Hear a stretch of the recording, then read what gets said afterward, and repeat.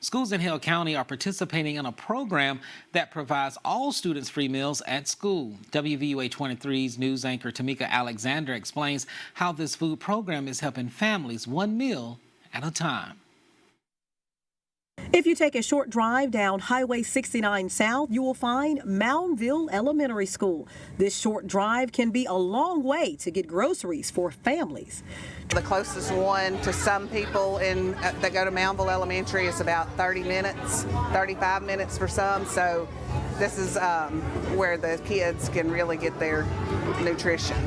Moundville Elementary School sits in the middle of a food desert, which means people who live in this area have limited access to affordable and nutritious food. We don't drive it every day because, gas is high, and so, it may be a once-a-week thing that we go to the grocery store, and sometimes it may be every other week because, we do cook meals daily, but I stock up and we have freezers and stuff, so it can be cumbersome to drive to town. Child Nutrition Program Director Kelly Watley and her staff of 5 see firsthand how this meal makes a difference for many families here at Moundville Elementary. The school recently found out they qualify for the Community Eligibility Provision, or CEP. It is a non-pricing meal service option for schools and school districts in low-income areas.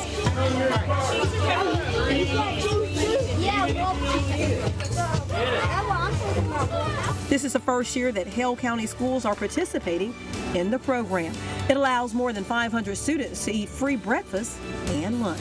The level has jumped drastically, has gone up drastically because we have about a 97% participation here at Moundville Elementary because they can eat for free. This free meal is one less thing parents have to worry about when sending their children to school. If they are fed and full, they can learn and they don't have to worry about where their meal is coming from or the tummy's growling or anything like that. They are ready and academically able to learn. And it's a good nourishment for them and it helps with their growth. On the day we stopped by, the staff were serving up slices of pizza. And these students were not passing up a chance to try a good piece of pie. However, Watley tells us there's a trick to getting them to eat healthy. If it appeals to the eye, they will give it a try. They love lasagna. We do homemade lasagna and they make it. They love the nachos that we do, chicken fingers, They really like the home-cooked stuff that we do with Salisbury steak. According to the Alabama Department of Education, more than 550 schools across the state participate in the Community Eligibility Provision Program, and they're hoping more schools, just like the ones here in Hill County, become eligible for this program. Students don't, need to worry about paying for their meals. We feel at the state, if the schools have an option, we just think it's a great opportunity. It's good for families. It helps everybody across the board. Moundville Elementary is working on a plan that will feed students 7 days a week. I'm working on a grant with No Kid Hungry to do the weekend backpack program so that we can send food home on the weekends. Do you think there's a lot of children here that will benefit from this program? Yes, I do.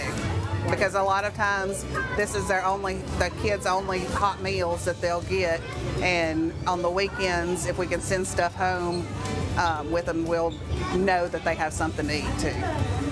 Making it easier for families to gather around the table.